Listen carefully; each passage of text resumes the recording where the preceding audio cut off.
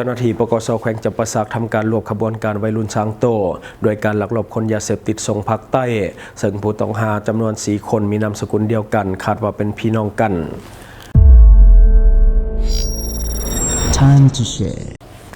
สวัสดีท่านผู้ชมกลับมาพบกับรายการทำทูแสสำหรับหัวข้อที่ว่าเราอยากจะนำเสนอในวันนี้ก็คือเกี่ยวข้องกับเรื่องของยาเสพติดก็คือเจ้าหน้าที่ปกส.ของแขวงจำปาสักทำการรวบขบวนการวัยรุ่นสร้างตัวโดยการลักลอบขนยาเสพติดส่งภาคใต้ซึ่งผู้ต้องหาจำนวน4 คนมีนามสกุลเดียวกันคาดว่าน่าจะเป็นเครือญาติเดียวกันในข้อข่าวเขาได้มาจากแฟนเพจห้องข่าวกองบัญชาการปกส.แขวงจำปาสักอิงตามการรายงานของแผนกตำรวจสกัดกั้นและต้านยาเสพติดปกส.แขวงจำปาสักให้รู้ว่าในวันที่25 เมษายน พฤษภาคม 2026 เวลา 18 โมงเจ้าหน้าที่ประจำจุดกวดกาบรรณาด่านหลัก 44 เมืองสระสมบูรณ์แขวงจำปาสักได้กวดการรถกระบะโตโยต้ารุ่นลีโวสีขาวป้ายทะเบียนก็คือลอละคังลอลิง9189นครหลวงเวียงจันทร์สามารถกักตัวกลุ่มเป้าหมายค้ายาเสพติดได้ทั้งหมดเป็น5 คนมีหญิง2 คนสื่อท้าวบุญลอวันคำอายุ37 ปีเสือสัตว์สัญชาติลาวอาชีพสาวสวนอยู่บ้านดานฮีเมืองหินบูนแขวงคำม่วน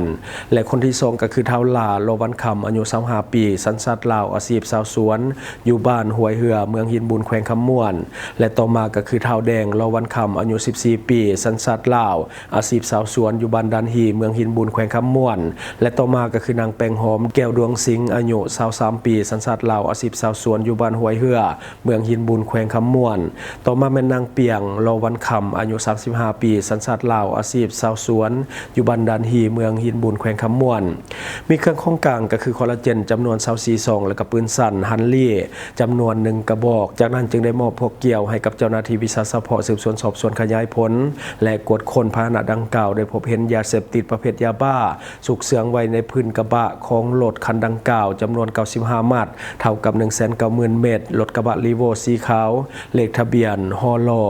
9839นครหลวงเวียงจันทร์โทรศัพท์ยี่ห้อ iPhone 12 สีดำจำนวน1 หน่วยและใส่ข้อคำ1 เส้นเงินกีบ5 ล้านกีบปัจจุบันคดีแมนอยู่ในขั้นตอนของการดำเนินการสืบสวนสอบสวนของเจ้าหน้าที่วิสาสะเพาะเพื่อส่งหาผู้ร่วมขบวนการค้าขายยาเสพติดมาลงโทษตามกฎหมายต่อไปอันนี้คือเนื้อในของข่าวเนาะที่ว่ากำลังถึกแชร์ในโซเชียลของเราในปัจจุบันเชิงว่าแฟนเพจเพิ่นเอาลงเนาะก็คือเพิ่นจับได้แล้วก็เอาลงนี่แมนขบวนการวัยรุ่นสร้างตัวของแท้ซุมื้อนี้เด็กน้อยบ่ค่อยเรียนตามระบบเนาะสังเกตเบิ่งส่วนใหญ่จะบ่ค่อยได้เรียนในซุมื้อนี้เนาะก็คือมาทำมาหากินดันยาเสพติดในหลายคืนสังเกตเบิ่งอายุน้อยๆทั้งนั้นที่ว่าเป็นเจ้าพ่อเจ้าแม่ยาเสพติดสังเกตเบิ่งทุกมื้อนี้เด็กน้อย10 ปลายปีเขาจะบ่ได้เข้าโรงเรียนแล้วก็บ่มีเวียกเฮ็ดงานทำเป็นหลักเป็นแหล่งแต่เขาจะมีเงินมีคำเนาะมีคำเส้นใหญ่แล้วก็มีรถใหญ่ครับส่วนใหญ่ก็มาจากขบวนการของเถื่อนแล้วก็ยาเสพติดประเภทนี้เนาะซึ่งว่าจะถูกจับอยู่เรื่อยๆแต่ก็บ่หมดไปจากเถื่อเพราะว่ามันเพิ่มขึ้นหลายจากคดีนี้มันแปลกคือว่ามีผู้ต้องหาจำนวน4 คนเนาะจำนวน4 คนมีนามสกุลเดียวกันก็คือเลาวันคำซึ่งน่าจะเป็นเครือญาติเดียวกันส่วนการมาค้าขายยาเสพติดโดยซึ่งว่าน่าจะเป็นคนในครอบครัวเดียวกันสมบูรณ์เพราะว่าอายุไล่เลี่ยกันลงมาเนาะบัดนี้มาต่ออีกคดีหนึ่งก็คือกันยาเสพติดคือกันมาต่ออีกอยู่แขวงจำปาสักคือกันแต่ที่นี่เป็นผู้เสพรายย่อยและก็ผู้ขายรายย่อยเนาะถูกรวบทั้ง2 ราย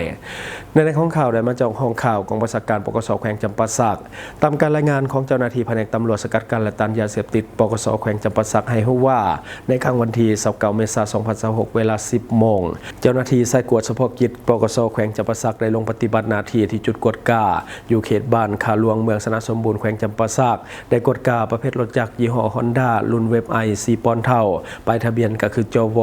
6356แขวงจำปาสักผู้ขับขี่สื่อท้าวสมจิตวิไลคูณอายุ32 ปีเสือศาสตร์ลาวสัญชาติลาวอาชีพชาวนาอยู่บ้านห้วยยางเมืองสระสมบูรณ์แขวงจำปาสักเจ้าหน้าที่จึงได้กวดกาเอกสารและก็กวดคนตัวผู้เกี่ยวจึงได้พบเห็นยาเสพติดประเภทยาบ้าจำนวน12 เม็ดอยู่ในถุงส่งจากนั้นจึงได้มอบให้กับเจ้าหน้าที่ตำรวจสกัดกั้นและต้านยาเสพติดปกส.แขวงจำปาสักเพื่อสืบสวนสอบสวนสามารถขยายผลกักตัวเป้าหมายได้อีก1 คนสื่อท้าวสาธิตนวลทวงศ์อายุ41 ปีเสือสัตว์สัญชาติลาวอยู่บ้านคำแปงเมืองสระสมบูรณ์แขวงจำปาสักพร้อมกับของกลางเป็นยาเสพติดก็คือยาบ้าจำนวน 2,411 เม็ดปัจจุบันคดีดังกล่าวมันอยู่ในขั้นตอนของการดำเนินการสืบสวนสอบสวนของเจ้าหน้าที่วิสาสะเพาะเพื่อส่งหาผู้ร่วมขบวนการมาดำเนินคดีตามระเบียบกฎหมายต่อไปเช่นกันเนาะอันนี้ก็คือผู้เสพยาและก็ผู้ขายย่อยเนาะก็คือจากการขยายผลจับผู้เสพก่อนและก็ขยายผลไปหาผู้ที่ว่าเป็นผู้ขายแต่ว่าเป็นรายย่อยก็คือ เรื่องยาเสพติดบ่หลายพันกว่าเนาะคือยาเสพติดบ่มีหยังดีมีผลเสียทางสุขภาพผู้ที่ว่าเสพและก็อนาคตผู้ที่ว่าขายแต่ว่าหลายคนก็ยังอยากเข้าไปยุ่งเกี่ยวเนาะบางคนก็จนร่ำจนรวยแหละแต่ว่าบางคนก็เสียอนาคตไปเลยเพราะว่าติดคุกยาวบัดนี้เฮามาเบิ่งอีกหนึ่งคดียาเสพติดเช่นเดียวกันที่ว่าเกิดขึ้นอยู่ทางภาคเหนือก็คือแขวงหัวพันเนาะซึ่งว่าเฮาจะเอาคลิปจากแฟนเพจข่าวปกส.แขวงหัวพันเนาะก็คือเพิ่นได้เอาลงไว้เดี๋ยวเฮาจะให้ท่านผู้ชมได้เบิ่งนํกัน เพื่อเฮ็ดให้แขวงหัวพันมีความสงบมีความเป็นระเบียบเรียบร้อยทางสังคมสนั่นกองบัญชาการปกส.แขวงหัวพันได้เอาใจใส่สุขอยู่เวียกงานวิชาเฉพาะอยู่บรรดาเมืองทั่วแขวงหัวพันสุมใส่แก้ไขบรรดาปรากฏการณ์โยโทที่เกิดขึ้นในสังคมดังในวันที่4พฤษภาคม2026นี้เจ้าหน้าที่ปกส.เมืองแอดได้เคลื่อนไหวเฮ็ดเวียกวิชาเฉพาะอยู่ขอบเขตบ้านนาคำเมืองแอดพอฮอดเวลา 15 โมงของวันเดียวกันได้พบเห็นผู้ต้องสงสัยขับขี่รถจักรมาแต่บ้านผู้แจงเมืองสำเหนือเจ้าหน้าที่จึงได้ลัดรถเพื่อกวดกาตามระเบียบการ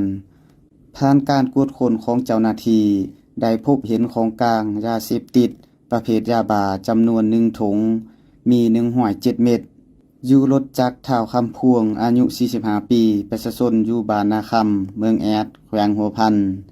ฉะนั้นเจ้าหน้าที่ปกส.เมืองแอดจึงได้กักตัวท้าวคำพวงมาดำเนินการสืบสวนสอบสวนผ่านการสอบสวนผู้เกี่ยวสารภาพว่ายาบ้าจำนวนดังกล่าวได้ซื้อนำท้าวไซเตียอยู่บ้านเสนียนคุ้มผู้แจ้งเมืองสำเหนือแขวงหัวพันดังนั้นเจ้าหน้าที่ปกส.เมืองแอดได้ประสานสมทบแผนกสกัดกั้นและต้านยาเสพติดปกส.แขวงหัวพันพร้อมกับองค์การปกครองบ้านกวดค้นเฮือนของท้าวไซเตียอายุ55 ปีประชาชนบ้านสะแนนคุ้มผู้แจ้งเมืองสำเหนือผ่านการกวดค้นได้พบเห็นของกลางยาเสพติดประเภทยาบ้าจำนวน12ถุงมี 2,400 เม็ดกับ114 เม็ดรวมทั้งหมด 2,514 เม็ดเฮโรอีน7ก้อนน้อยลูกปืนแม็ก30ลูกปืนแตง2กระบอกเงินกีบธนาคาร10ล้าน4แสนกีบ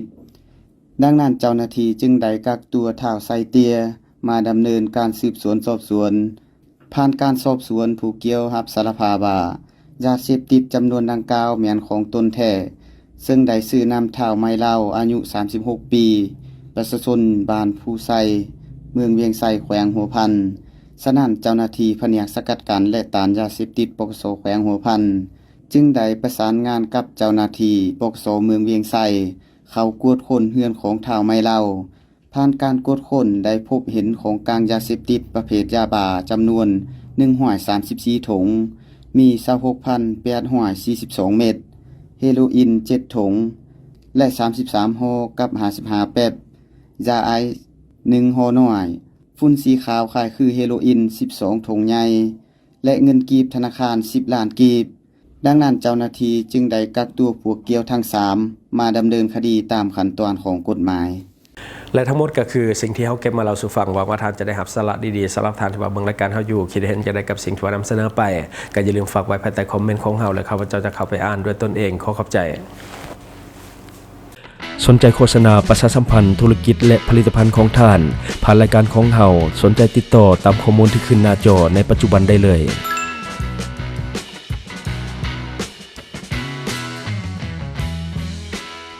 อยู่เมืองลาวใช้แต่เงินกีบลาวและส่งเสริมผลิตภัณฑ์ภายในเพื่อลดพรการนำเข้าสินค้าและแก้ปัญหาเงินตา Subscribe for more video.